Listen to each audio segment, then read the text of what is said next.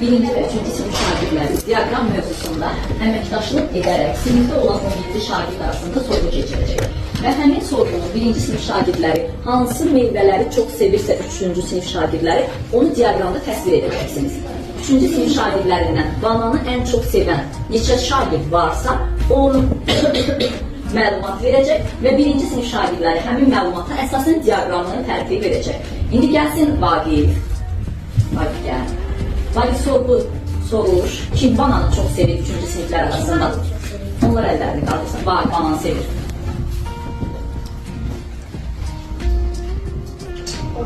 10 nəfər banan. 11 nəfər banan sevir. 11 nəfər banan sevirsə diaqramda necə təsvir edəcəksən? Tamam, götür marketlərini çox seçək. Bilmiyorum.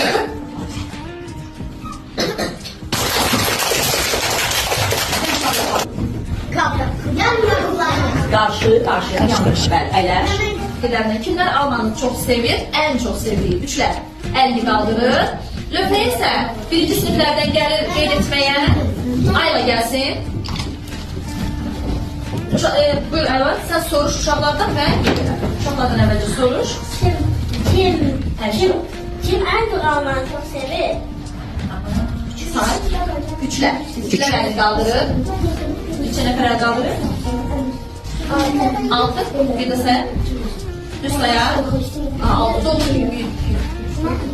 Birimiz 6 nəfər. Qeyd edək. Necə qeyd edəcəksən?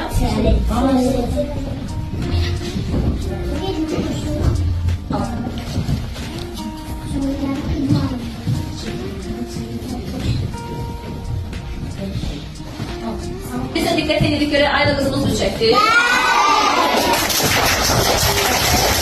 Bananla Alman qeyd elədik. Növbəti meyvəmiz çiçəkləri. 3-cü siniflər arasında ən çox çiçəkləri sevən şagirdin təyin edəcək Ayşə. Ayşə qızım gəl. Uşaqlardan soruşlayıb hansı uşaqlar ən çox meyvə sevirlər çiçəkləri meyvəsini və onu diaqramda təsvir edin.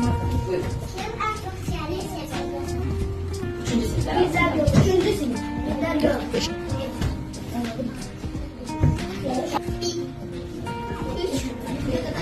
Aha, doğru qeyd elədik.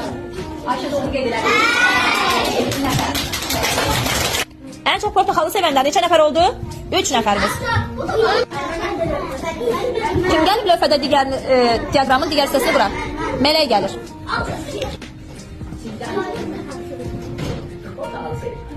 Üçüncü siniflər, birinci siniflər. Ben sayma. Ben 3.